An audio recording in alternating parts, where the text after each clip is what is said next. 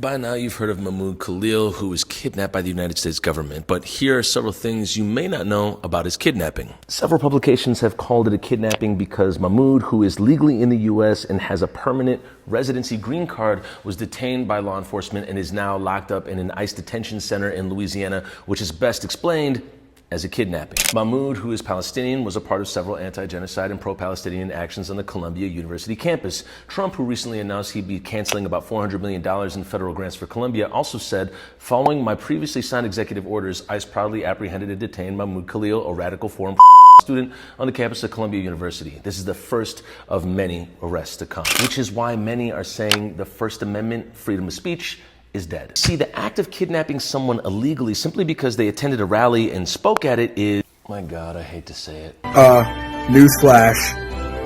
That's unconstitutional.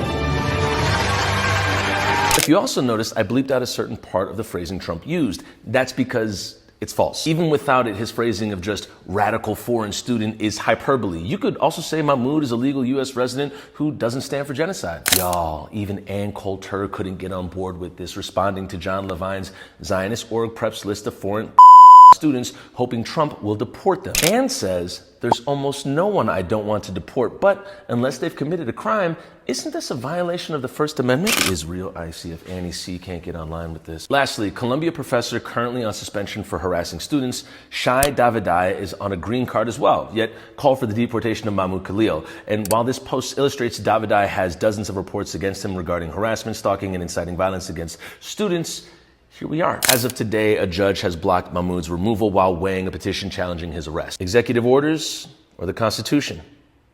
What do you think is going to happen next?